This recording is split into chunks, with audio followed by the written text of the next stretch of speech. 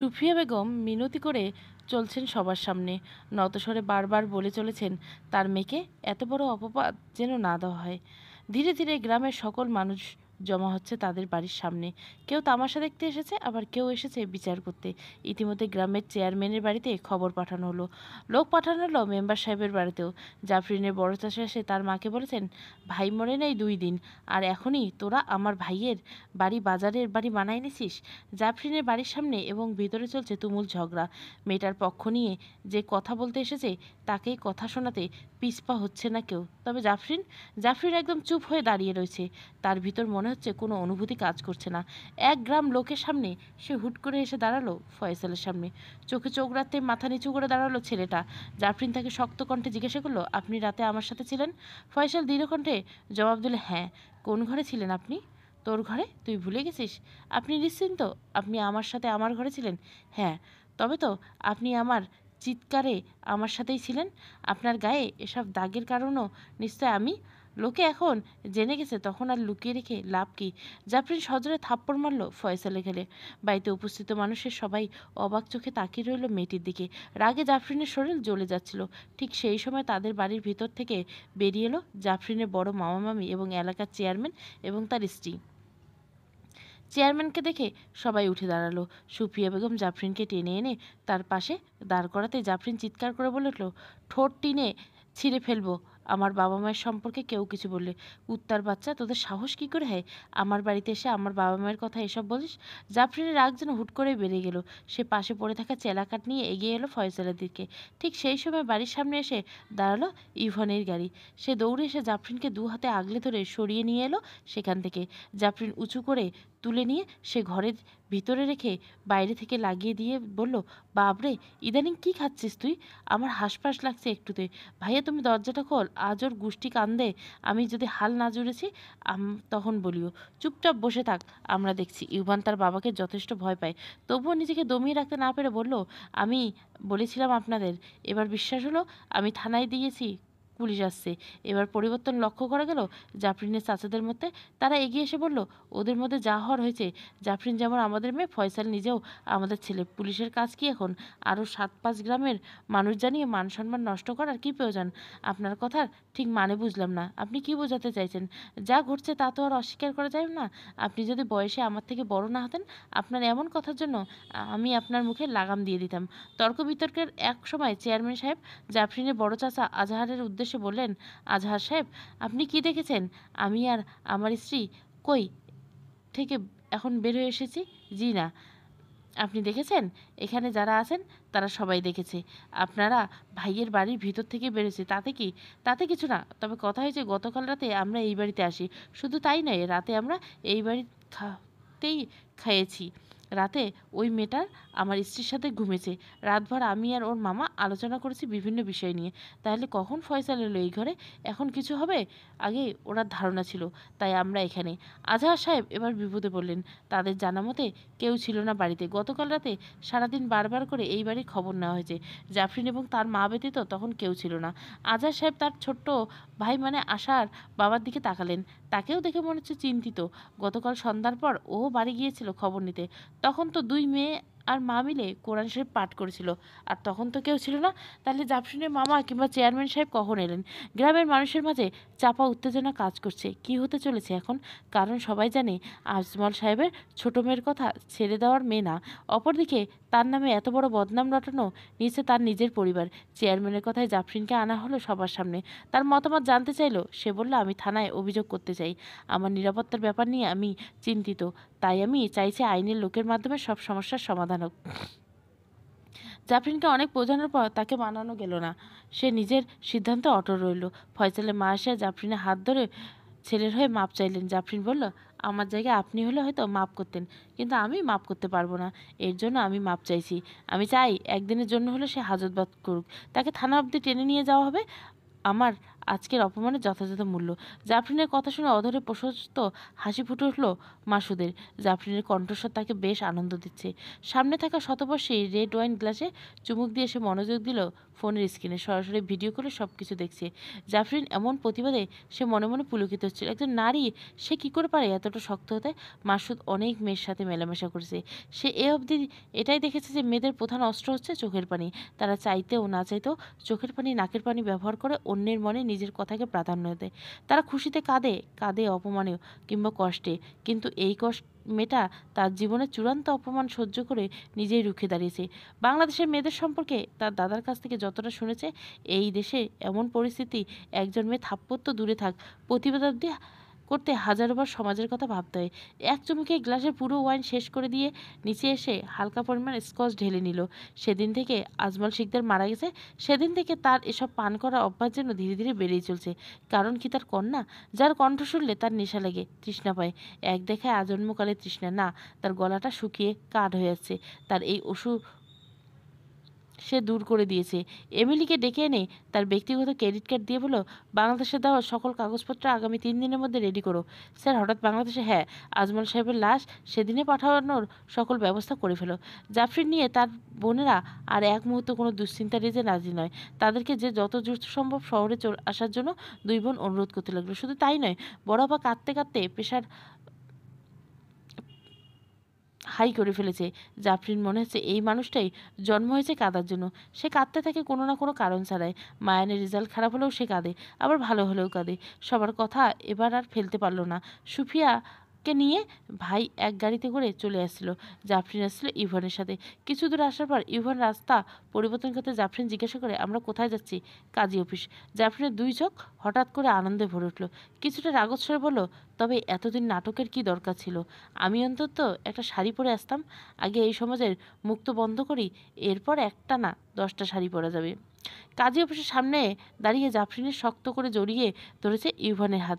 দীর্ঘ 5 বছর যাবৎ এই দিনটার অপেক্ষা করছে, যেদিন সে প্রথম বুঝতে শিখেছে বাবা মা কিংবা আপনজনের ভালোবাসা ছাড়া অন্য আর একটা ভালোবাসার সম্পর্ক হয়। সেদিন থেকে সে এই দিনটার অপেক্ষায় ছিল। কাজী অফিসের ভিতরে প্রবেশ করতে দেখতে পেল সেখানে কোণে বেশে বসে আছে মোনালি। তার 2 হাত ভর্তি রয়েছে মেহেদি আলপনা। প্রথমে মোনালি সেদিকে তাকালো, সেটা ইউভানের হাতের দিকে।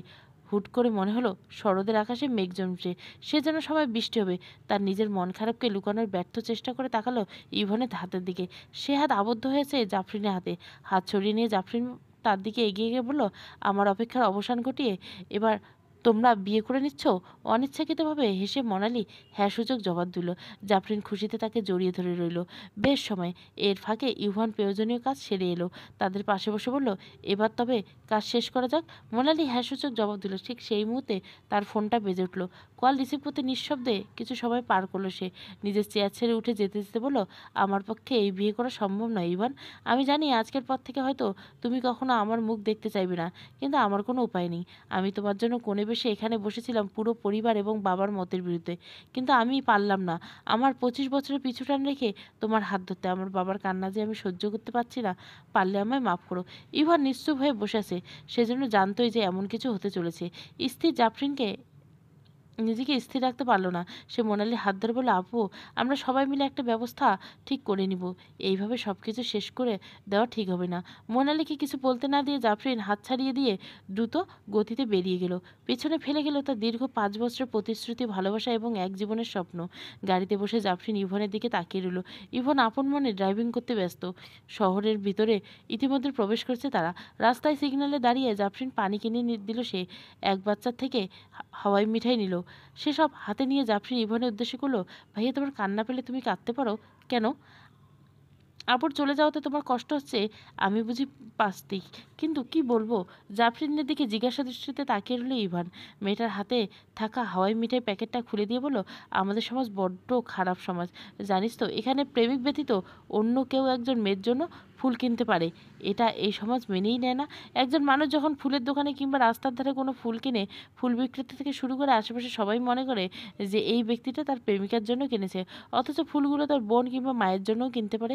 কিংবা ধরে নে এই যে হাওয়াই মিঠাই, এর গায়ে কি কোথাও লেখা আছে যে এই হাওয়াই মিঠাই শুধুমাত্র প্রেমিকাকে দেওয়া হয়? যে মানুষটা সাধারণ সম্পর্কগুলোকে জটিল করে ফেলে, শুধু জটিল নয়, একটা সম্পর্ক নিয়ে সবসময় বাজে চিন্তা ভাবনা রাখে, সেই মানুষ নিয়ে কি সারা জীবন কাটানো যেত? ইভানের কথা অস্পষ্ট মানেটা বুঝতে পারল জাফরিন। তবে এটাই ছিল ইভান মানালির সম্পর্কে ফাটল ধরার একমাত্র কারণ। আমাদের জন্য তোমাদের সম্পর্ক ভেঙে গেল না, এখানে তোর কোনো দোষ নেই, কারণ তুই আমার কাছে আমার বোনের মতো, আমার ছোট বোন। তোর জন্য আমি তোর বড় ভাই, যার কাছে তুই সব থেকে বেশি নিরাপদ। অথচ দেখ, এই সমাজ কিংবা আমার প্রাক্তন, সে কিন্তু এমন ভাবছে। আমি মাইরি তাকে এটা বোঝাতে অক্ষম হয়েছি যে তোকে আমি আমার মনে সামান্যতম অন্য অনুভূতি হলেও কি ঈশানের পরিবারকে তোর বাড়িতে দিয়ে আসতে পারতো না? আজ যা হলো এসব হতে পারতো। এই সমাজ কি মানে জানিস? এই সমাজ মানে মেয়েদের জন্ম হয়েছে মাত্র পুরুষদের সেবা করার জন্য এবং সন্তান জন্ম দেওয়ার জন্য। তাছাড়া তাদের আর কি কাজ এই সমাজে? অথচ নারীরা এই সমাজের ভিত্তি, এটা কেউ মানতে চায় না। জাফরিন নিঃশব্দে তাকিয়ে রইল ইভানের গাড়ির দিকে। গাড়ি চলতে শুরু করলো। বাইরের দিকে তাকিয়ে সে মনে মনে ভাবতে লাগলো, মোনালি নামক মেয়েটা জীবন চরম পর্যায়ে বোকামি করে বসলো আজ। ইভান নামক মানুষটাকে সে পেয়েও হারিয়ে ফেললো মাত্র তার সন্দেহের কারণে। আজমল সাহেবের লাশকে আজ শেষবারের মতো দেখতে গিয়েছিল মাসুদ। সেখান থেকে কাফন পরিয়ে পাঠানো হবে তাকে। বাংলাদেশে ফেরার পর তার যত দ্রুত সম্ভব দাফন করা যাবে ততই ভালো। ময়নাতদন্তের কারণে তার দেহ রয়েছে অসংখ্য সেলাই। তবে দেখে মনে মনে শিউরে উঠছে মাসুদ। দ্রুত বেরিয়ে এলো লাশ ফ্রিজিং থেকে। আর যাই হোক, এই লাশ তাদের পরিবারকে এইভাবে দেখানো যাবে না। আপনজনের মৃত্যু কিংবা এমন লাশ তারা দেখে সইতে পারবে না। এমিলি এগিয়ে এসে মাসুদের পাশাপাশি এসে দাঁড়িয়ে বলল, স্যার, সব কাগজপত্র তৈরি। আপনি কি সত্যি যাচ্ছেন? নিশ্চিত না হওয়ার তো কোনো কারণ নেই। তবে কি একা যাবেন? জি না, 7 জনের টিম গঠন করুন, আমাকে যারা লিড করবেন। জি, আগামীকাল তবে আপনারা যেতে পারেন। মাসুদ কিছু না বলে নিজের গাড়িতে উঠে বসলো। উঠে বসে অফিসিয়াল মেইলের মাধ্যমে জাফরিনকে জানিয়ে দেওয়া হলো আগামীকাল তার বাবার লাশ যাচ্ছে দেশে, তাদের ওই উক্ত সময়ে এয়ারপোর্টে উপস্থিত থাকার জন্য। মেল পাঠিয়ে দিয়েও মাসুদ উসখুস করতে লাগলো। 3 ঘন্টা পরে যাওয়ার পরেও কোনো রিপ্লাই আসেনি জাফরিনের থেকে। অতঃপর সে নিজে কল দিয়ে বসলো জাফরিনকে। অপরদিকে পুরো একটা ক্লান্তিকর দিন কাটিয়ে জাফরিন সবেমাত্র গোসল সেরে বেরিয়েছে। মায়ের ফোন বাজতে থেকে সে হাতে নিয়ে দেখলো বাইরের দেশে থেকে কল এসেছে। কল রিসিভ করতে খুব শান্তভাবে মাসুদের সাথে কথা বলল। কল কেটে দেওয়ার পর সে দু চোখ বুজে রইল। হয়তো বৃষ্টি নামবে, এজন্য এখন গরম হাওয়া বইছে। নিজের কান্নাকে সামলে নিল। তার বাবার রেখে যাওয়া স্মৃতি হিসেবে তার কাছে কি আছে? হয়তো অনেক কিছু, অথবা কিছুই নেই। কয়েক ঘন্টা পর সে দেশে ফিরবে, আসবে তার বাবা, শুধুমাত্র তাকে দাফন করার তোড়জোড়। দ্রুত তাকে দাফন করা যাবে ততই ভালো। এতদিন তবুও সে আশায় থাকতো কবে তার বাবার লাশ দেশে আসবে, কবে এক নজর দেখবে। সে আগামীর পর থেকে সেই আশাটা থাকবে না। তার বাবার জন্য অপেক্ষা ফুরিয়ে যাবে, তার বাবা হারিয়ে যাবে তাদের থেকে। অপরদিকে মাসুদ অপেক্ষা করছে এই রমণীর থেকে নিজেদের উদ্দেশ্য যে করে হোক উদ্ধার করতে হবে। একটা তথ্য, সে তথ্য কে যে হারিয়ে যেতে পারে না। আজমল সাহেবের মৃত্যুর সাথে জাফরিন তার পরিবারকে জানানোর পর সবার মাঝে এক উত্তেজনা বা অস্থিরতা কাজ করছে। কিন্তু এয়ারপোর্টে যাওয়ার পর বাজলো আরও বিপত্তি। জাফরিনের চাচারা গতকাল অভিযোগ করেছেন মন্ত্রণালয়ে, তাদের ভাইয়ের লাশ মাত্রই তারাই নেবে। জাফরিনের কোনো অধিকার নেই। জাফরিন অবাক চোখে তাকিয়ে রইল রক্তের মানুষের দিকে। আজকের দিনেও কি তারা পারে তার মৃত বাবার লাশ নিয়ে তাদের হয়রানি করতে? বাবার কাঁধে সন্তানের লাশটা অনেক ভারী লাগে, অথচ অসহায় তো সেই সন্তান। তার বাবার লাশটা বহন করার জন্য অন্যের সাহায্যের প্রয়োজন। মাসুদের সম্মুখে যে মেয়েটি দাঁড়িয়েছে তার মুখশ্রী পুরোপুরিভাবে এক পলক দেখল সে। কালো ওড়না দিয়ে তার মাথায় কিছুটা অংশ ঢাকা, পরনে কালো রঙের কোনো বাঙালি পোশাক হবে হয়তো, যা দেখতে অনেকটা গ্রাউনের মতো। অত্যাধুনিক রোদের কারণে মুখশ্রী লাল আভা ছড়াচ্ছে। চুলগুলো এলোমেলোভাবে এসে লুটোপুটি খাচ্ছে মেয়েটার পুরো মুখে, অথচ তার দৃষ্টি, ধ্যান অথবা মনোযোগ সব কিছুতে অদূরে মাখা কাফিনের দিকে। লাশের কাছে যেতে হলো তাকে কিছু কাগজপত্রের সাইন নিতে হবে। একজন লোক তার দিকে কাগজ এগিয়ে দিতে সে দ্রুত সাইন করে দিল, ছুটল পিচঢালা রাস্তার দিকে। কাফিনের কাছে পৌঁছানোর পরে তার পায়ে জুতোটা ছিঁড়ে গেল। 2 পায়ের জুতো জোড়া রেখে সে দৌড়ালো লাশের কাছে। কাফিনে রাখা ছিল রোদে। সেখানে দাঁড়িয়ে সে নিজে কাফিনের উপর নিজের ছায়া ফেলার ব্যর্থ চেষ্টা করতে লাগলো। হঠাৎ মাথার দিকটা খেয়াল করলো রোদের বিপরীতে দাঁড়িয়ে যতটা পারল ছায়া দিতে চাচ্ছিল সে, অথচ স্পষ্ট বোঝা যাচ্ছে যে তার নগ্ন 2 ঢালা পিচ ঢালা রাস্তা গরম ভান নিতে পারছে না। স্তম্ভিত দৃষ্টিতে তাকিয়ে রইল মাসুদ। মেয়েটা এমন ব্যবহারের কারণ বুঝতে কিছুটা সময় লাগলো তার। যখন জাফরিন নামক মেয়েটা বারবার বলতে লাগলো, তাড়াতাড়ি গাড়িতে আসুন, আব্বাকে এইভাবে রোদে ফেলে রাখছেন কেন, আব্বার গরম লাগতেছে যে, তাড়াতাড়ি করেন। মৃত্যুর 11 দিন পর লাশ দেশে ফিরল আজমল সাহেবের। ইভন আগে থেকে লাশবাহী ফ্রিজিং গাড়ি নিয়ে এসেছিল। সকল কাগজপত্র দেখে গাড়িতে লাশ তোলার অনুমতি দিল। জাফরিন আর অপেক্ষা করেনি। এই সমাজে বড্ড একরোখা নিয়ম। জাফরিন যেন এই নিয়মের বাইরে হাঁটতেছে। মানুষ আসতে দেরি হচ্ছিল বলে সে নিজেই হাত লাগালো কয়েকজনের সাথে। কাফিনের এক পাশটা ধরে তুলে নিল গাড়িতে। নিয়ম নেই কন্যা সন্তানদের লাশ কাঁধে বহন করা কিংবা জানাজা পড়ার, কিন্তু জাফরিন শেষ হয়েছিল না তার বাবাকে রোদে পুড়তে দেখে। তাই তো সে নিজে হাত লাগালো কাফিন ওঠাতে এবং সাপ সাপ তার বোন জামাইদেরকে বলে দিল সেই যাবে লাশের গাড়ির সাথে, অন্য কেউ না। জাফরিনের কণ্ঠে কিছু একটা ছিল যার ফলে তার চাচারা কিছু বলার সাহস পায় না। কিছু সময় পূর্বে তারা জানতে পেরেছে আজমল সাহেব তার সকল কিছু দাবিদার হিসেবে রেখেছে জাফরিনের নাম। জাফরিন ব্যতীত অন্য কারোর কাছে আজমল সাহেব কিছু হস্তান্তর করা হবে না, এটা তাদের স্পষ্টভাবে জানিয়ে দেওয়া হয়েছে। ইভান এসে দুলাভাইদের জানালো সে কোম্পানি থেকে আসা 7 জন লোক তাদের সাথেই যাবে। অবশ্য তারা নিজেদের যাতায়াতের ব্যবস্থা নিজেরাই করবে। লাশ দাফনের পর তারা ফিরে যাবে নিজেদের দেশে। এ বিষয়ে কারো কিছু বলার আছে কিনা? সবাই শুধু চাচ্ছিল জাফরিন একটু কাঁদুক, একটু নিজের কষ্টটা চোখের পানি তারা প্রতিভাবিত করুক। সুফিয়া বেগম কখনো তার স্বামীকে আনতে এয়ারপোর্টে যায়নি, সবসময় নিজেকে পরিপাটি করে রেখেছে কখন সে আসবে। প্রতিদিন জাফরিন গিয়েছে তার বাবাকে আনতে। প্রতিবার ফিরে এসে বাইরের সিঁড়িতে এসে বলতো, আম্মা আব্বাকে নিয়ে আসছি, বাইরে আসেন। এবারও ব্যতিক্রম হলো না। তবে এবার বাড়ি ভর্তি মানুষ, পা ফেলার জায়গা নেই। নগ্ন পায়ে হেলে দুলে ক্লান্ত শরীরে প্রবেশ করলো জাফরিন। সিঁড়িতে বসে স্বাভাবিকভাবে মাকে ডেকে বলল, আম্মা আব্বাকে নিয়ে আসছি, বাইরে আসেন। সুফিয়া বেগম মেয়ের ডাককে বাইরে আসলেন। জাফরিন মায়ের দিকে তাকিয়ে দেখতে গেল প্রতি উত্তরের মতো তার মা নতুন কাপড় পরে আছে। পার্থক্য একটাই, প্রতিবার পরত রং বেরঙের শাড়ি, আজ পরেছে সাদা রঙের থান। আশার বাবা তার বড় ভাইয়ের দিকে এগিয়ে এসে হাদিসারে জিজ্ঞাসা করলেন খবর কি। তাদের মুখ চোখ দেখে যদিও কিছুটা আঁচ করতে পেরেছে, তবুও জিজ্ঞাসা করতো। তার বড় ভাই উল্টে জিজ্ঞাসা করলো, ফয়সাল বাড়ি ফিরছে? ওইখানে কি হলো? লাভ নেই, স্ত্রী সন্তান সব কিছুর মালিকানা পায়। যদি আব্বা আম্মা জীবিত থাকতো তাহলে শক্তি করা যেত। এই লোকগুলো কারা যারা লাশের গাড়িতে আগে আগে এসেছিল? ভালো কথা বলছিস, এরা কোম্পানির লোক, বিদেশ থেকে আসছে, তাদের আপ্যায়নের ব্যবস্থা কর। আজহার সাহেব চলে গেলেন বাড়ির বাইরে। আজমল সাহেব লাশবাহী অ্যাম্বুলেন্স রাখা হয়েছে বাড়ির সামনে। সকালে রোদের প্রখরতা ধীরে ধীরে কমতে শুরু করলো। আকাশে মেঘ জমছে, বাইরে শীতল বাতাস বসছে। মনে হচ্ছে অদূরে কোথাও বৃষ্টি হচ্ছে, যে কারণে বাইরে এমন শীতল বাতাস। গ্রামের মানুষে অনেকে বলাবলি করছে আজমল সাহেব ভালো মানুষ ছিলেন, তাই আজ বৃষ্টি নামবে। সৃষ্টিকর্তার রহমত আছে তার উপর। কাফিনে নামানোর পর যদি বৃষ্টি নামে, সেই কারণে বাড়িতে সামনে ছোট একটা শামিয়ানার মতো টাঙানো হয়েছে। অপরদিকে চলছে কবর খোঁড়ার প্রস্তুতি। বড় আপা বারবার মুচ্ছে যাচ্ছেন। ছোট আপা আজ নিজেকে শক্ত রেখেছেন, সে কাঁদছে না। মনে হচ্ছে এই সময়ের জন্য নিজেকে অনেক বুঝিয়ে চলেছেন তিনি। বাড়ির ভিতর থেকে জাফরিন বেরিয়ে হলো। তার হাতে রয়েছে বাবার ফোন। কিছুক্ষণ পূর্বে তার বাবার ব্যবহৃত জিনিসপত্র তাকে বুঝিয়ে দেওয়া হয়েছে, সেগুলো সযন্ত্রে নিজের ঘরে রেখে এসেছে সে। লাশবাহী ফ্রিজিং অ্যাম্বুলেন্সের পাশে দাঁড়িয়ে জাফরিন বলল, এবার আপনারা কাফিন নামানোর ব্যবস্থা করুন। মাসুদ দাঁড়িয়েছিল কয়েক হাত দূরে।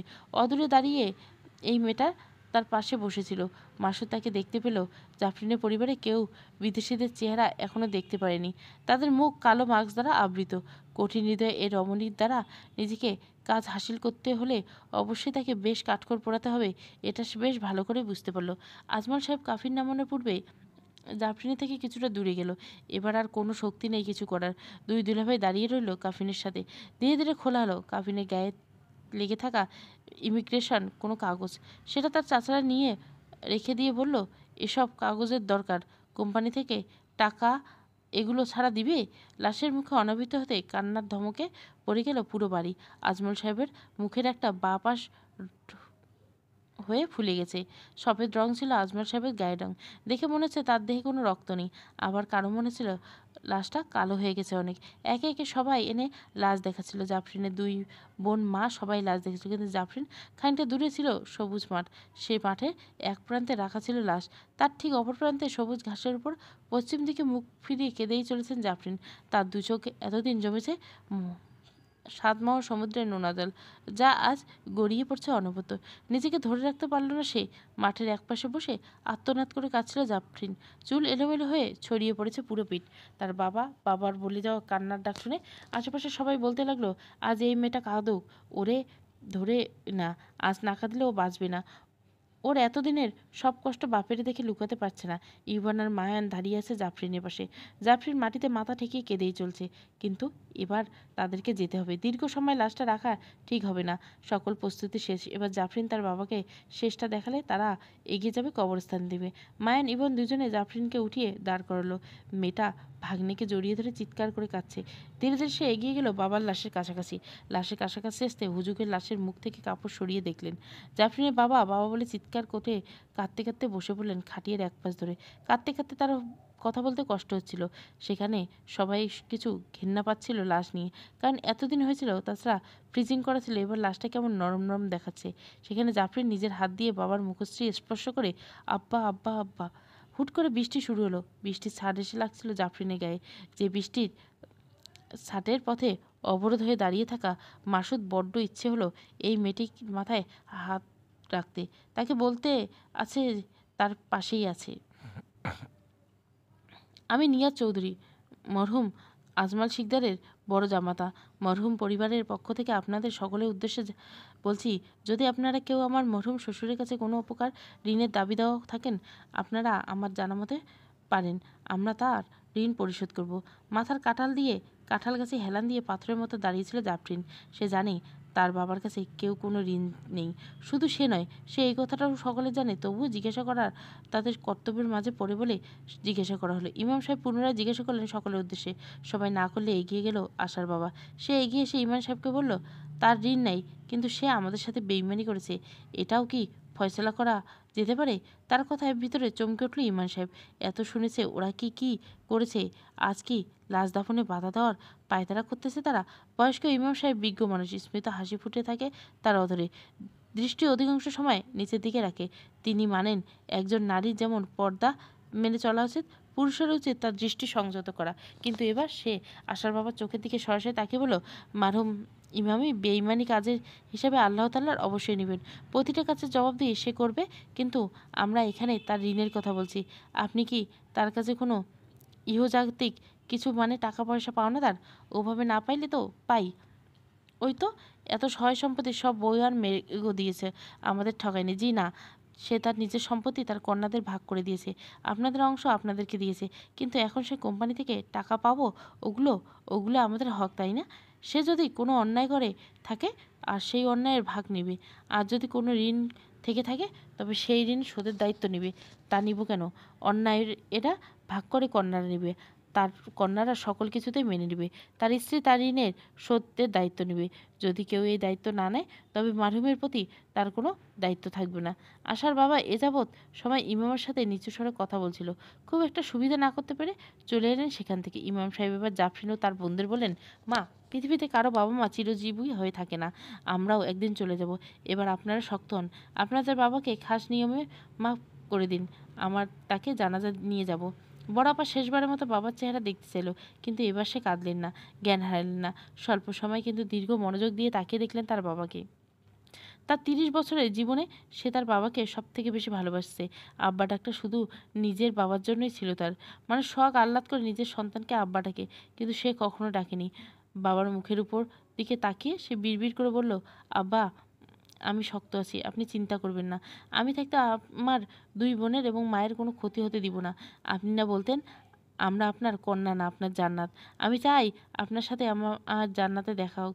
আজকে আপনার সামনে প্রতিজ্ঞা করছি, আমি পূর্ণ পর্দা করব, সব মেনে চলব, যাতে আমার জন্য আপনার কোনো হিসাব দিতে না হয়। লাশ নিয়ে যাওয়ার সময় বড় আপা ২ হাতে ২ বোনকে শক্ত করে জড়িয়ে ধরল। ২ বোনের মাথায় চুমু খেয়ে বলল, আবার জন্য নামাজ দোয়া করবি তোরা। সন্তানের দোয়া যে বাবা মায়ের কাজে আসে, এছাড়া আমাদের আর কিছুই করার নেই। দেশের বাইরে অনেক লাশ দাফন করেছে মানব, অধিকাংশ ছিল খ্রিস্ট ধর্মীয়। তাদের কফিনবন্দি করে দাফন করা হয়। অথচ আজ প্রথমবার সে দেখছে মুসলিম কাউকে জানাজা পড়াতে। আপন মানুষের মৃত্যুতে কেউ এতটা কাঁদে তার জানা ছিল না। আজ অবধি তার কোনো আপনজন মারা যায়নি বলে সে কি অনুভব করতে পারছে না। চোখ থেকে সানগ্লাস নামিয়ে সে তাকিয়ে রইল খাটিয়ার দিকে। শুভ্র সাদা রঙের পাঞ্জাবি পরনে একটা বাচ্চা ছেলে দাঁড়িয়েছে লাশের পাশে। মাথায় ছোট্ট টুপি, গোটা গোটা হাত দিয়ে সে লাশের উপর চাদর দিয়ে ঢেকে দিল। এরপর সে প্রথম সারিতে দাঁড়িয়ে জানাজায় অংশ নিল। এমনি মাসুদের পাশে দাঁড়িয়ে বলে, স্যার, এবার আমরা ফিরবো। এখানে আমাদের আর কোনো কাজ নেই। আমরা এখানে না এলেও চলতো, কিসের প্রয়োজন আছে আর নেই সেটা আমি ভালো বুঝি মিস। সরি স্যার, খোঁজ নিন আমার দাদার বাড়ি কোথায় ছিল। জি স্যার, ৮ ঘন্টা সময় লাগবে, যত দ্রুত সম্ভব করুন। মনে রাখবেন দাদা যেন না জানে যে আজমল সাহেবের পরিবারের সাথে কথা বলার ব্যবস্থা করুন।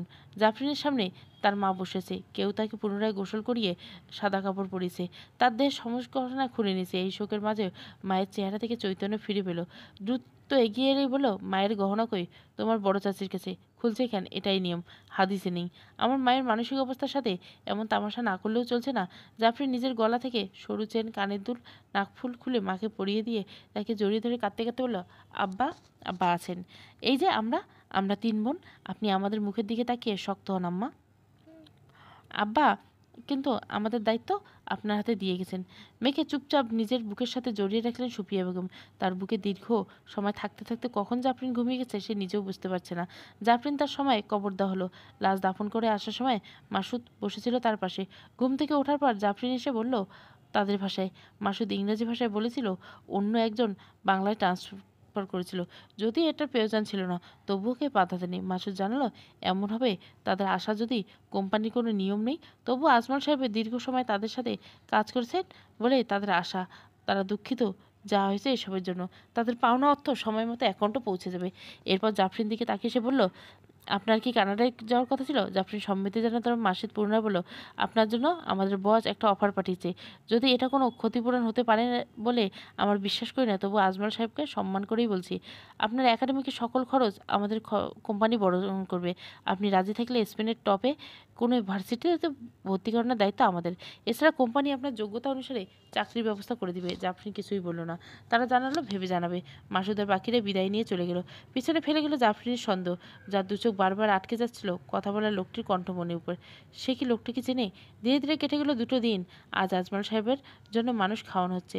তাদের মুখে হাসি, অথচ বাকি সবাই কত খুশি। জাফরিনের নিজ জানলায় দাঁড়িয়ে দেখলো নতুন দুলাভের সাথে রং খেলছে সবাই। তড়িৎ গতিতে সে বেরিয়ে এলো ঘর থেকে, সরাসরি ঈশানের সামনে দাঁড়িয়ে বলল, আমার বাবার থেকে 10 লাখ টাকা কেন নিয়েছিলে? ঈশান চমকালো, নিজেকে সামলে বলল, সেই 10 লাখ টাকার সাথে আরও 5 লাখ টাকা যুক্ত করে তোমার সম্মান কিনে নিয়েছে তোমার ইভান। একবার তোমার বাবা দিয়েছিল, আবার ইভান গতকাল। কি দামি তোমার সম্মান জাফরিন! এক সম্মান বাঁচাতে 2জন কত টাকা দিয়ে দিল। ঈশানের মুখে এমন কথা শুনে স্তব্ধ হয়ে তাকিয়ে রইল জাফরিন। তার কানে শুধু বাজতে লাগলো ঈশানের বলা কথাগুলো। সেই 10 লাখ টাকার সাথে আরও 5 লাখ টাকা যুক্ত করে তোমার সম্মান কিনে নিয়েছে তোমার ইভান। একমাত্র তোমার বাবাই দিয়েছে, আবার ইভান গতকাল। কি দামি তোমার সম্মান! এক সম্মান বাঁচাতে 2জন কত কত টাকা দিয়ে দিল। ফোন হাতে নিয়ে জাফরিন কল দিল ইভানকে। ইভান তখন রান্নার জিনিসপত্র তদারকি করছে ব্যস্ত। জাফরিনের কল পেয়ে ভুরু কুঁচকে তাকালো সে। কল রিসিভ না করে ফোন পকেটে রেখে দিয়ে এগিয়ে এলো ঘরের দিকে। বারান্দায় দাঁড়িয়ে ছিল জাফরিন। ইভানকে দেখে সে হাত ধরে টেনে নিল ফাঁকা করে। দরজা আটকে দেওয়ার আগেই সেখানে ডেকে আনলো তার 2 বোনজামাই এবং মাকে। এরপর চোখে চোখ রেখে জিজ্ঞেস করলো, তুমি ঈশানকে টাকা দিয়েছো কেন? যা জিজ্ঞেস করেছি বলো, তুমি কি দিয়েছো? হ্যাঁ, তাতে কি, কেন দিয়েছো? আর বাবা টাকা দিয়েছে সেটা তুমি জানতে? সেটা আমরা সবাই জানতাম। বড় অপার কথায় অবাক চোখে তাকালো জাফরিন। সে বাদ দিয়ে সবাই এই কথাটা জানে। রাগে ক্ষোভে সে নিশ্চুপ হয়ে বসে রইল। স্বল্প সময় পার হয়ে যাওয়ার পর জিজ্ঞেস করলো, কেন দেওয়া হয়েছিল টাকা? আব্বা টাকা দিয়েছিল তোদের দুজনের ভিসাজনিত কারণে। যেহেতু তুই ঈশানকে পছন্দ করিস আর এখানে তোর যাওয়াটা জরুরি, তাই যখন ঈশান টাকার আবদার করেছিল তখন আর না করেননি আব্বা। কথাটা ঠিক বিশ্বাস হলো না বড় আপা, কিন্তু এখন তো আমি দেখছি না। আর দাদাভাই, তুমি বলতে পারিস তোর সম্মানকে চড়া দামে কিনে নিয়েছি কিভাবে? যেদিন তুই আমাকে জানিয়েছিস 10 লাখ টাকার কথা, সেদিন রাতে ঈশান আমাকে কল দেয়। আমি প্রথমে তাকে কিছুই বলিনি, কিন্তু সে একটা কথা বলে তোর চাচাদের প্ল্যান সম্পর্কে। প্রথমে আমি বিশ্বাস করিনি, কিন্তু ঈশান বলেছিল এমনটাই হবে। ওর কথায় 2 মন 2 দশা করে চেয়ারম্যান সাহেব আর তার স্ত্রীকে রাতটা থাকার অনুরোধ করা হয়। সাথে আব্বা আম্মা থাকে। যেহেতু বলেছিল এমন হতে পারে, তাই ও আমার সাথে ডিল করে। যদি এমন হয় তবে আমি বিনিময়ে ওকে দিব। বলতে কোনো বাধা নেই যে টাকার জন্য কতটা লোভী একজন মানুষ। এজন্য সে আমার সাথে ডিল করে 5 লাখ 5 টাকা। এর সব বিনিময়ে প্ল্যান সম্পর্কে আমাদের জানাবে। এটার কোনো প্রয়োজন ছিল না দাদাভাই। হয়তো তোর কাছে ছিল না, কিন্তু আমার কাছে ছিল। না হলে এই সময় তুই ওর ঘরের বউ হয়ে থাকতি। আইন বলতে কিছু নেই। গ্রামের কিসের আইন দেখাতি তুই? বুদ্ধি দিয়ে চলতে হয়। তোর আপনজন যখন শত্রু, তখন তারাই অবশ্য জানে তোর আঘাতের স্থান। তারা নরম জায়গায় আঘাত করতে চেয়েছিল। কতটা সফল হয়েছে সেটা জানিস তুই। তাই বলে টাকা দিয়ে দিলে? টাকা আসবে যাবে, কিন্তু তোর আত্মসম্মান আঘাত লাগলে তোকে হারিয়ে ফেলতে হতো। জোহরের নামাজে আজানের শব্দ ভেসে আসছে। তখন আর তাদের ঘরতে বসে থাকা যাবে না, কারণ নামাজের পরে মানুষ খেতে আসবে। একে একে সবাই ঘর থেকে বেরিয়ে গেল। ইভান পুনরায় ফিরে এলো। ফিরে এসে জাফরিনের মাথায় হাত রেখে বলল, তুই যতটা সহজ মনে করছিস জীবনটা অতটা সহজ নয়। প্রতিটি পদক্ষেপ ভ্যানে লুকিয়ে থাকে বিশ্বাসঘাতকতা। একটু স্বার্থপর না হলে যে সমাজে টিকে থাকা বড্ড কঠিন। মাঝে মাঝে নিজের জেদ সম্মানের বাইরে বেরিয়ে আসতে হয়, কেবলমাত্র নিজেদের নিরাপত্তার জন্য। মাসুদ গত 3 দিন যাবৎ রয়েছে তার দাদার বাড়িতে। গ্রামের বাড়ির সম্পর্কে তার মোটেও ধারণা ছিল না।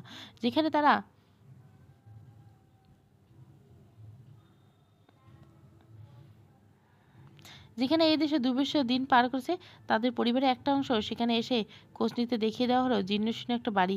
বাড়িটা সামনেতে দেওয়ালের রংটা খসে পড়ছে অনেক আগে। ভিতরে বাড়িতে খবর দেওয়া হলো যে বিদেশ থেকে লোক এসেছে। তখন লাঠি ভর করে এক ভদ্রমহিলা বেরিয়ে এসেন সবার আগে। তার গায়ে সাদা রঙের শাড়ি। এই শাড়ি চেনে মাসুদ। জাফরিনের মায়ের গায়ে এমন শাড়ি দেখেছে আজ। যতটা তাদের ভাষা থেকে বুঝেছে, এটা দাঁড়ায় যে এমন শাড়ি বিধবা নারী পরে।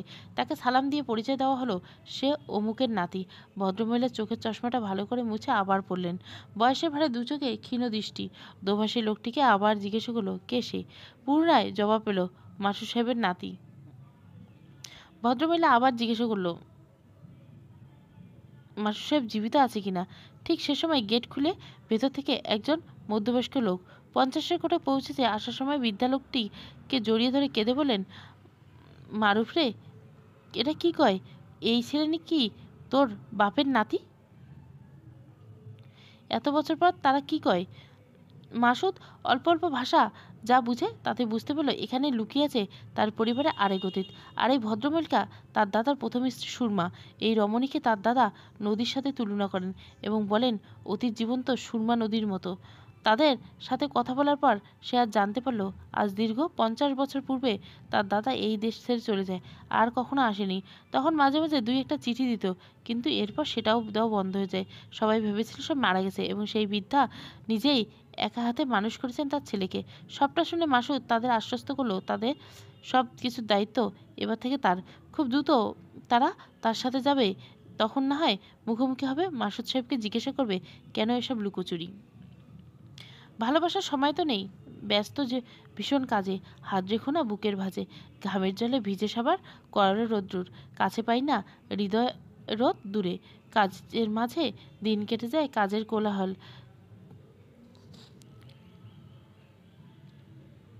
খোলা বারান্দায় দাঁড়িয়ে রুদ্র মোহাম্মদ শহীদুল্লাহর এই কবিতাটিতে আবৃত্তি করতে চলছে একজন।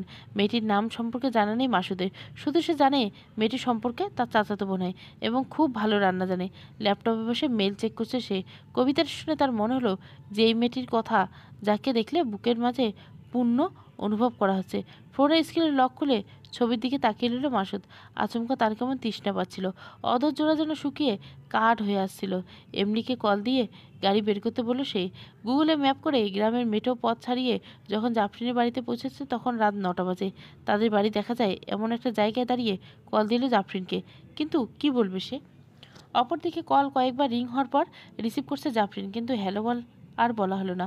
মাসুদের চোখের সামনে হুট করে দাউ দাউ করে জ্বলে উঠল আগুন, আর বাড়ির ভিতর থেকে ভেসে লাগলো দম বন্ধ করা আর্তনাদ।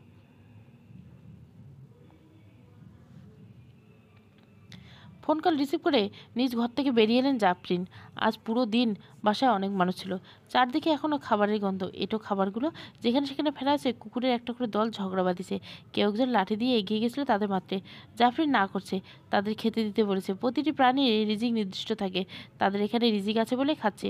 বুড়ো লোকটি জাফরিনের কথায় নিজের মুখটা বিকৃত করে বলল, মনে মনে বিশ্রী রকমের গালি দিয়ে সে মনে মনে বলল, বাপ মরছে কয়দিন, তাই আল্লাহ আল্লাহ করতেছস, কুত্তার প্রতি দরদ দেখাচ্ছে। জৈবনের যখন টান দিবে তখন কুত্তার প্রতিও মায়া ফুরাবে। জাফরিন বুঝতে পারল লোকটা তার কথাতে নারাজ। সেখান থেকে চলে এলো সে, কারণ কল কেটে গেছে।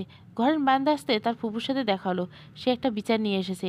আজ এত মানুষ খেয়েছে, অথচ তার বড় মেয়ের জামা এর চাচাতো ভাইয়ের শালার বন্ধু এক টুকরো হাড়ের মাংস দিতে বলেছিল, কেন দেওয়া হয়নি তাকে। এই নিয়ে মেয়ে জামাই ভীষণ রাগ করেছেন। সে এখনও খায়নি। এত এত মানুষের সামনে তার মেয়ে জামাই ছোটো হলো কিনা। যদি অপমান করার ইচ্ছে থাকে তবে কেন দাওয়াত করে আনা হয়েছিল। ফুপুর কথা শুনে শুনে 3 বোন কাতর চোখে তাকিয়ে রইল। 3 বোনের চোখের পানি ছলছল করে উঠছে। নিশ্চয় তাদের স্মৃতিতে ভেসে উঠছে বাবার বলা সেই কথাগুলো। বছর দুয়েক পূর্বে তাদের বাবা যখন ছুটিতে এসেছিল তখন তার বোন ভাগ্নি সমেত সবাইকে দাওয়াত করে আনলেন। কোরবানি ঈদে তাদের ভাগে সবার সম্পূর্ণ মাংস চড়িয়ে দেওয়ার পর বড় পাতিলে ঈদের পরদিন থেকে চলে আসে অতিথি আপ্যায়ন। তখন সবাই কতই না সম্মান করতো জাফরিনদের। এই ফুপু চাচারা তাদের মা ছাড়া কথা বলতেন না। ফুপুরা যখন সময় কত কিছু নিয়ে আসতো, কারো বাড়ির গাছের আম, কারো বাড়ির নারকেল, নিজ হাতে বানানো পিঠা কিংবা নানান ধরনের খাবার। দাওয়াতের পর যখন সবাই যার যার মতো চলে গিয়েছিল তখন জাফরিনের বেশ মন খারাপ হয়েছিল। বাবার পাশে বসে বসে আব্বা আর 2 দিন ওদের থাকতে বলতেন। সবাই তো ভালো। বড় 2 বোন সায় দিয়েছিল, কিন্তু আজমল সাহেব 3 মেয়েকে কাছে ডেকে নিয়ে বসিয়ে তার পাশে হাসতে হাসতে বলেছেন, তোমাদের 3 বোনের দরদ ততদিন আমি জীবিত আছি। আমার মৃত্যুর পর দেখবে পারবা দিন দুনিয়া কতটা কষ্টের, এই আত্মীয় কতটা ভালো। আরে মা, ওরা তো অমন করবে যে কিনা 40-এর দাওয়াতে এসে বলবে অমুকের হাড্ডি খায় নেই, তমুকের হাড্ডি খায় নেই, তাকে হাড্ডি দিলে না কেন, কিন্তু আমি দ্বিতীয়বার চাইলাম দিলে না কেন। কন্যাত্রী একে অপরের দিকে তাকালো। এখন অবধি তাদের খাওয়া হয়নি। তারা জানে না কি হচ্ছে অপর দিকে। পুরো দিন বিভিন্ন মানুষ এসেছে এবং সান্ত্বনার বাণী শুনিয়েছে। তারা মাথা নিচু করে শুনেছে, অথচ কেউ তো জিজ্ঞাসা করলো না তারা খেয়েছে কি না। বাড়ির গেটের দিকে ঘরটা দই পাতা ছিল। মন দুধ কিনে এনে নিজ হাতে পাতা দই যাতে দ্রুত হয় সেজন্য খড় দিয়ে রেখা হয়েছিল। ফুপুর অনুরোধে বড় আপা গিয়ে তার সেই দুলাভাইয়ের হাত ধরে ক্ষমা চেয়ে মক্ষে মাপ চাইলেন। জাফরিন এই বিষয়টা মেনে নিতে পারল না দেখে মেজো আপা তাকে কিছু জানেনি। তারা 2 বোন আপাতত কোনো ঝামেলা বা কথা বাড়াতে চায় না। এটুকু না করলে তার ফুপু খাবে না। অপরদিকে কথার পর কথা দৃষ্টি সইতে হবে। ইভনের পাশে বসিয়ে জাফরিন প্লেটে খাবার তুলে দিচ্ছিল। সেই মুহূর্তে তার ফোনে কল এসে জনসমাগম এড়াতে কিছুটা দূরে চলে যায়। সবাই খাবার টেবিলে বসার পর একজনকে পাঠিয়ে দেওয়া হলো দই আনতে। সে দই নিয়ে ফিরে আসার মিনিট 10 পরেই ঘরে আগুন জ্বলে উঠল। পুরো টিনের ঘর দাউ দাউ করে আগুন জ্বলে উঠল ভিতর থেকে। বিকট শব্দ হলো ঘরে, সাথে সাথে পুরো বাড়ির বিদ্যুৎ চলে গেল। আগুনের প্রকোপ থেকে মোটামুটি কেউ টিকতে পারল না। সব থেকে বেশি আহত হলো জাফরিন। সে দাঁড়িয়েছিল ঘরের পাশটাতে। আগুনের তাপে গায়ের ওড়নাটা পুড়ে তার হাতের চামড়ার সাথে লেগে গেছিল। যে কিনা বুঝেই যে হাত থেকে কাপড়টা সরানোর চেষ্টা করলে বা হাতের কুনোয়ের দিকে খানিকটা চামড়া উঠে এলো। নিজের আঘাতপ্রাপ্ত স্থানে ক্লান্ত জাফরিন এক হাত পরে গোঙাতে লাগলো। ততক্ষণে হইচই শুরু হয়েছে। বাড়ির পাশে থাকা বালি দিয়ে নেভানো চলছিল। আশেপাশের বাবার দিকে তাকিয়ে মাছ যাওয়ার সময় খেয়াল করলো জাফরিন একপাশে পড়ে আছে, কিন্তু ব্যথায় খেয়াল। কাউকে ডাক দিতে গিয়েও সে দিল না, নিজ হাতে তাকে ডাকলো না। এই মেয়ের প্রতি তার অনেক দিনের রাগ জমেছে। এই রাগকে সে দমন করতে পারছে না। তার অবচেতন বারবার তাকে একটা আদেশ দিয়ে চলছে। সে দুই মন করে দশায় পড়ে রইল। আর তার সম্মুখে ব্যথায় কাঁদতেছে জাফরিন। নিজের চোখের সামনে আগুন দেখে দ্রুত গাড়ি থেকে বেরিয়ে এলো মাসুদ। একসময় নিজের চোখের সামনে মানুষের শিরোচ্ছেদ দেখে এসেছে। মৃত্যুকে খুব কম ভয় পায়। ওসবের তুলনায় সামান্যতম আগুন দেখে ভিতরে ভিতরে বেশ অস্থির হয়ে গেল সেই। তার মনকে স্থির করতে পারল না। সে একবার ভাবছিল তার ভিতরে যাওয়া উচিত, কিন্তু সে তখন আঞ্চলিক বাংলা কিছু না বলে কাকে কি বলবে। যদি তাকে কেউ চিনে ফেলে। আবার মনে হচ্ছিল এই সময় তার ভিতরে যাওয়া উচিত। অনাকাঙ্ক্ষিত কোনো এক অস্থিরতা যখন আগুন খুব একটা আয়ত্তে এলো না, তখন আর সে দাঁড়িয়ে থাকতে পারলো না। দ্রুত পা বাড়িয়ে বাড়ির কাছাকাছি এলো। গেটের কাছে যেতে এমলি পেছন থেকে ডাক দিল, সাথে আরও কয়েকজন। এমলি বুদ্ধিমতী মেয়ে, সে হাত ধরে টেনে নিল মাসুদকে। কিছুটা দূরে এসে তাকে অন্যেষে বলল, স্যার আমাকে ভুল বুঝবেন না, কিন্তু এভাবে আপনার বাড়িতে যাওয়া উচিত হবে না। আমরা যে কাজের জন্য এসেছি এটাতে আমাদের মনোযোগ দেওয়া উচিত। ওনার ব্যক্তিগত পারিবারিক সম্পর্কে আমাদের হস্তক্ষেপ উচিত হবে না। এমলির কথায় তার বেশ রাগ হলো। সে রেগে তাকে কিছু কথা শোনাতে চাচ্ছিল, কিন্তু পরক্ষণে এমলি কথাটা ঠিক। এখন রাত বেশ হয়েছে। এই মুহূর্তে তারা যদি বাড়ির ভিতরে যায় তবে সবার প্রশ্নের সম্মুখীন হবে। হাতের মুঠ শক্ত করে দাঁড়িয়ে দাউ দাউ করে আগুন জ্বলতে থাকার দিকে। কিছুক্ষণ পর যখন দমকল বাহিনী এলো না, তখন আবার সে অপেক্ষা না করে এগিয়ে গেল বাড়ির দিকে। পুরো বাড়ি বিদ্যুৎ সংযোগ না থাকায় কে কোথায় আছে সেটা কেউ বুঝতে পারল না। শুধুমাত্র বাচ্চাদেরকে একটা নিরাপদ জায়গায় নিয়ে যাওয়া হলো। জাফরিনের খবর তখনই কেউ নেয়নি। কিছু সময় পর আশার বাবা ফিরে এলো গেটের দিকে। ওইদিকে থাকা জিনিসপত্র সব দাউ দাউ করে জ্বলছে।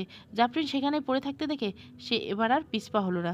সে এবার প্রায় জ্ঞানহীন জাফরিনকে তুলে নিয়ে গিয়ে জ্বলন্ত আগুনের দিকে। অন্তত এই মুখটা কমলে কথা বলা বা প্রতিবাদ করার মুখ থাকবে না। এই এক আগুন না হয় কিছুটা লাভ হোক। ক্যামেলিয়া 2য় পর্ব। ভালো লাগলে অবশ্যই লাইক, শেয়ার এবং সাবস্ক্রাইব করবেন। Thank you for watching.